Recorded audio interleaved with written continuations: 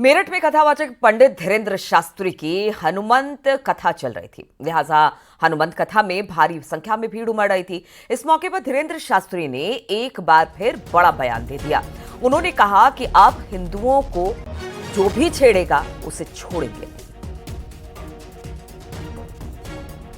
तुम छोड़ो, ये तुम्हारे सपने हैं। अब तुम हिंदुओं को छेड़ोगे तो हम तुम्हें छोड़ेंगे नहीं। हम किसी के खिलाफ नहीं हैं। एक व्यक्ति हमें मिला मेरठ का, बोले बाबा तुम हिंदू मुसलमान बहुत करते हो। हमने कहा ठटरी के बरे, हम हिंदू मुसलमान नहीं करते, हम तो केवल हिंदू हिंदू करते हैं। हम तो हिंदू हिंदू करते। अब इसमें किसी को दिक्कत हो तो सेल भैया पेट दर्द की गोली खा ले।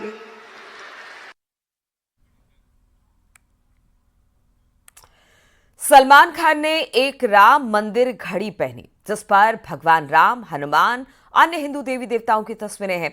सलमान की इस घड़ी को पहनने पर अब बवाल मच गया है। ऑल इंडिया मुस्लिम जमात के राष्ट्रीय अध्यक्ष मौलाना शहाबुद्दीन ने कहा कि सलमान का इस घड़ी को पहनना गलत है।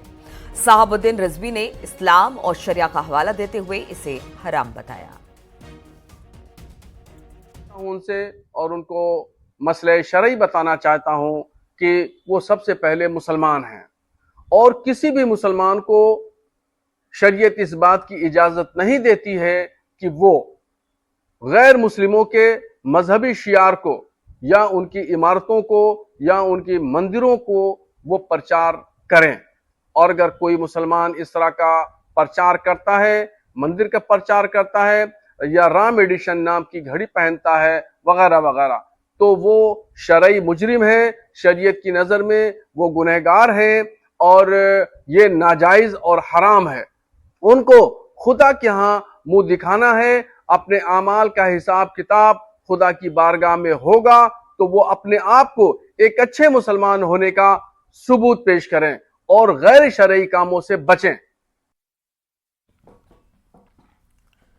राणा सांगा को गद्दार बताने वाले समाजवादी पार्टी के नेता रामजी लाल सुमन के बयान पर सियासी भूचाल थमने का नाम ही नहीं ले रहा है। 21 मार्च को राज्यसभा में एसपी सांसद ने राणा सांगा को गद्दार कहा था, जिसके बाद करणी सेना ने एसपी नेता के घर पर हमला बोला।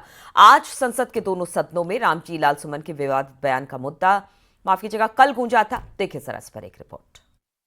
मैं तो बाबर की औलाद है और तुम गद्दार राणा सांगा की औलाद हो।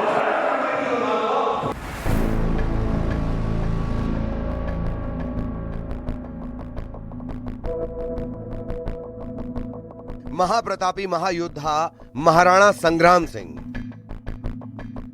यानी राणा सांगा को गद्दार बताने वाले समाजवादी पार्टी के नेता रामजी लाल सुमन के बयान पर सियासी भूचाल थमने का नाम नहीं ले रहा। आज संसद के दोनों सदनों में रामजी लाल सुमन के विवादित बयान का मुद्दा गूंजा और ऐसी गूंज सुनाई दी कि राज्यसभा की कार्यवाही शुरू होते ही सदन में नारे लगने लगे। राणा सांगा का अपमान नहीं सहेगा Hindustan.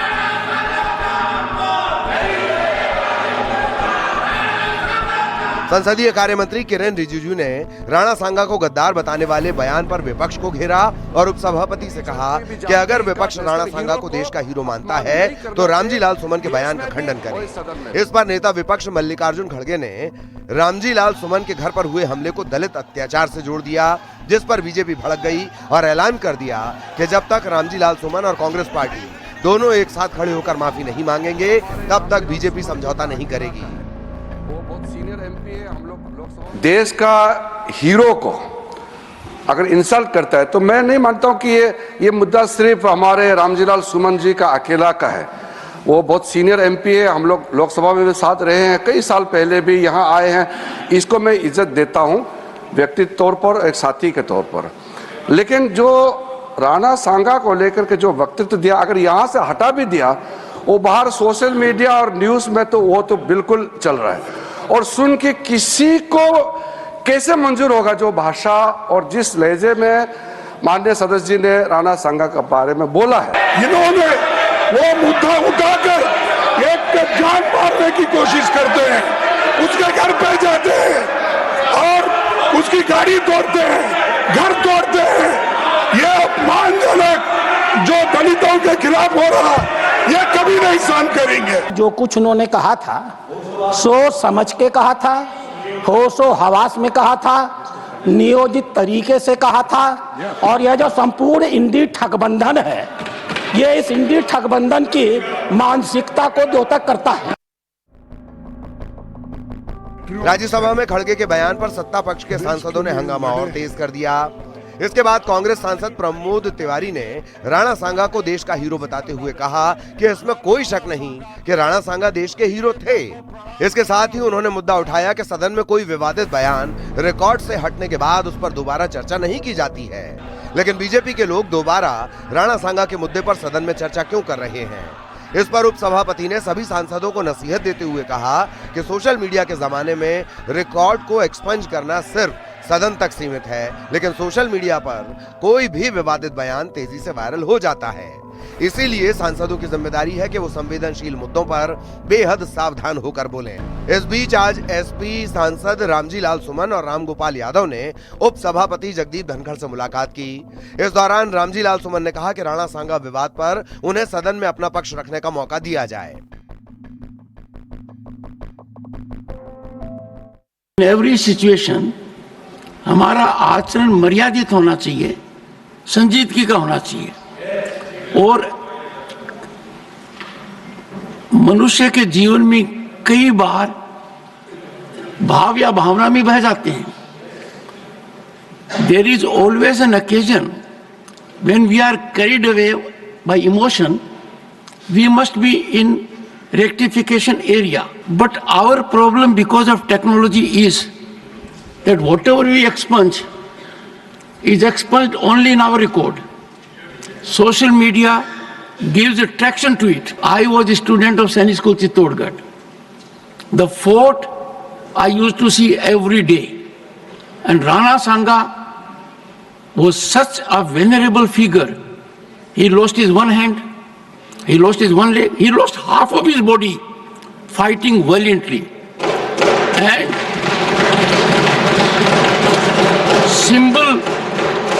symbol of chivalry, symbol of patriotism, symbol of nationalism, and to the last drop in his body, he fought. I saw it as a child for 6 years. ये सारी लड़ाई औरंगजेब के नाम पर शुरू हुई थी, जो पहले हिंदू राजाओं को गद्दार कहने तक पहुंची और अब इस लड़ाई को दलित मुद्दे से जोड़ा जा रहा है। ऐसे में बड़ा सवाल यह है कि क्या विपक्ष की पूरी सियासत वोट बैंक को साधने के इर्द गिर्द घूम रही है और सब कुछ प्री प्लान तरीके से हो रहा है। Bureau report, news 18। और इस वक्त एक बड़ी खबर आ रही है, प्रयागराज से खबर है, जहां पर सेना का गैरिसन इंजीनियर गिरफ्तार किया गया है। असिस्टेंट गैरिसन इंजीनियर की गिरफ्तारी हुई है। सीबीआई ने 1 लाख घूस लेते इसे गिरफ्तार किया है। आरोपियों के ऑफिस और घर पर सीबीआई ने छापेमारी की है। मैन पावर सप्लाई के काम देने के नाम पर घूस लेने का आरोप इन पर है और अब ये बताया जा रहा है कि गिरफ्तारी हुई है। तो प्रयागराज से बड़ी खबर, सेना का गैरिसन इंजीनियर गिरफ्तार किया गया है। असिस्टेंट गैरिसन इंजीनियर की गिरफ्तारी सीबीआई द्वारा की गई है। बताया जा रहा है कि सीबीआई ने 1 लाख घूस लेते रंगे हाथों गिरफ्तार किया है। आरोपियों के ऑफिस और घर में सीबीआई की छापेमारी हुई। मैन पावर सप्लाई के नाम पर घूस लेने का काम किया करते थे। और मुजफ्फरनगर में एक महिला पर पति को कॉफी में जहरीला पदार्थ मिलाकर पिलाने का गंभीर मामला सामने आया और यह आरोप किसी और ने नहीं बल्कि उसके पति ने ही लगाया है। पीड़ित पति फिलहाल अस्पताल में एडमिट है। वहीं उसने वीडियो जारी किया। पीड़ित के मुताबिक उसकी पत्नी का अफेयर चल रहा है। कई बार उसे पत्नी को रोका मगर वो मानने को तैयार नहीं। पीड़ित के मुताबिक महिला के घर वाले सब जानते हैं। मामला खतौली कोतवाली क्षेत्र के भगेला गांव का है। शादी के तुरंत बाद मेरी वाइफ का नाम पिंकी है सर। शादी के तुरंत बाद ही मुझे पता चला कि वो किसी और से चैटिंग करती है, व्हाट्सएप कॉलिंग करती है सर। रात को छत पर जाकर बात करती है। मैं मना करने का भी लाख समझाने के बावजूद भी वो नहीं मानी सर। इसकी फैमिली वाले को भी मैंने विक्की भाई को उसकी माँ सरोज को भी बताया, लेकिन उन्होंने भी मेरी नहीं सुनी और उसी को सपोर्ट किया। लगभग 9 बजे करीब बीवी ने मुझे कॉफ़ी में करके दिया था, जिसके बाद मुझे वॉमिटिंग हुई। लगभग 3 से 4 वॉमिटिंग हुई और मेरी हालत बिगड़ गई सर। फिर उसके बाद मुझे हॉस्पिटल लाया गया सर। मेरठ स्थित चौधरी चरण सिंह विश्वविद्यालय के फाइन आर्ट्स डिपार्टमेंट की छात्राओं ने लोहे के वेस्ट मटेरियल से ट्राइबल मैन और ट्राइबल वुमेन का खूबसूरत डिजाइन तैयार किया है। प्रोफेसर ने बताया कि खराब पड़ी जो चीजें होती हैं उसको संवारने में बेहद खुशी मिलती है, लिहाजा विलुप्त हो चुके हाथ के पंखे भी बनाए गए। आपको बता दें कि योगी सरकार के 8 साल बेमिसाल के तहत प्रदर्शनी लगाई गई, जिसमें अलग अलग विभाग के स्टॉल्स लगाए गए हैं। वन टाइम उसके लिए जैसे शोकेस में शोरूम होते हैं ना कपड़ों के, उसमें तस्वीरों में देखिए कि किस तरह से अलग अलग ये साजो सामान की चीज़ें बनाई गई हैं। वेस्ट मटेरियल का इस्तेमाल करके ये वेल्थ में इसे कन्वर्ट किया गया है और बेहद ही खूबसूरती के साथ कन्वर्ट किया गया है। फाइन आर्ट डिपार्टमेंट की तरफ से ये स्टॉल लगाया गया है और कैसे खूबसूरती के साथ जो वेस्ट मटेरियल्स हैं उनका एक तरह से खूबसूरतीकरण हुआ है। ये आप इन तस्वीरों में देखिए कि कैसे बेहतरीन तरीके से बची हुई ज्वेलरी का इस्तेमाल करके कितनी खूबसूरत आकृति बनाई गई है। और इसके पीछे की भी तस्वीर हम दिखाना चाहेंगे कि किस तरह से वेस्ट मटेरियल का इस्तेमाल करके कैसे ट्राइबल मैन और ट्राइबल विमेन बनाया गया है। या आप इन तस्वीरों को देखिए कि नजरें हटाने का दिल नहीं करेगा। और बस्ती से खबर, जहां पर साहिदापुर गांव के पास गौतस्कर और पुलिस के बीच मुठभेड़ हो गई। एनकाउंटर में 2 गौतस्कर के पैर में गोली लगी। पुलिस ने उन्हें अरेस्ट कर लिया है। घायल बदमाशों को इलाज के लिए अस्पताल में एडमिट करा दिया गया है। पुलिस को ये कामयाबी मुखबिर की सूचना के आधार पर मिली। पुलिस आरोपियों के पास से 1 पिकअप, 5 गौवंश, 2 तमंचा, 2 कारतूस बरामद किया है। पुलिस को मुखबिर की सूचना के आधार पर ये जानकारी हुई थी कि एक जगह गोवंशीय तस्कर गोकसी के इरादे से कुछ पशुओं को वहां लाद रहे हैं। इस सूचना पर पुलिस वहां पहुंची थी। पुलिस के पहुंचने के उपरांत उन दोनों तस्करों द्वारा पुलिस पर कातिलाना हमला भी किया गया था। पुलिस द्वारा इसमें जवाबी कार्रवाई की गई। मुठभेड़ के बाद दोनों लोगों को जब गिरफ्तार किया गया तो उनकी पहचान एक जनपद कुशीनगर के मासूम रजा पुत्र अब्दुल कलाम और दूसरे जनपद सिद्धार्थ नगर के वसीम पुत्र इसरार के रूप में हुई थी। उनसे कुल 5 अदद गोवंशीय की वहां बरामदगी हुई है। प्रतापगढ़ से खबर लेते हैं, जहां पर लड़की की हत्या मामले में पुलिस का एक्शन हुआ है। पुलिस ने निजी अस्पताल के डॉक्टर, संचालक समेत 6 लोगों को हिरासत में लिया। पुलिस ने डॉक्टर समेत अस्पताल स्टाफ के 6 लोगों के खिलाफ रेप और हत्या की संगीन मुक्त धाराओं में मुकदमा दर्ज किया है। आपको बता दें कि कल रात निजी अस्पताल में ड्यूटी के दौरान लड़की की मौत हो गई थी, जिसके बाद परिजनों ने हत्या और रेप का आरोप लगाया। वहीं कार्रवाई की मांग को लेकर सुबह सड़क पर शव रखकर जाम भी लगा दिया। शव कब्जे में लेने पहुंची पुलिस पर सैकड़ों ग्रामीणों ने हंगामा करते हुए पथराव भी कर दिया। आपको बता दें कि डॉक्टर के पैनल ने वीडियोग्राफी के साथ पोस्टमार्टम किया था। पोस्टमार्टम में लड़की की मौत का कारण स्पष्ट नहीं हो पाया। हालांकि बिस्तरा रखा गया है, भारी पुलिस फोर्स की तैनाती की गई है। लड़की का गांव में अंतिम संस्कार हो चुका है।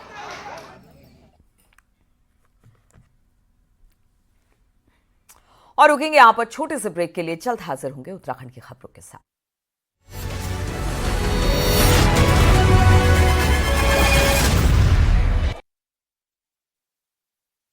Acidity heart. आप देख रहे हैं न्यूज़ 18 उत्तर प्रदेश उत्तराखंड।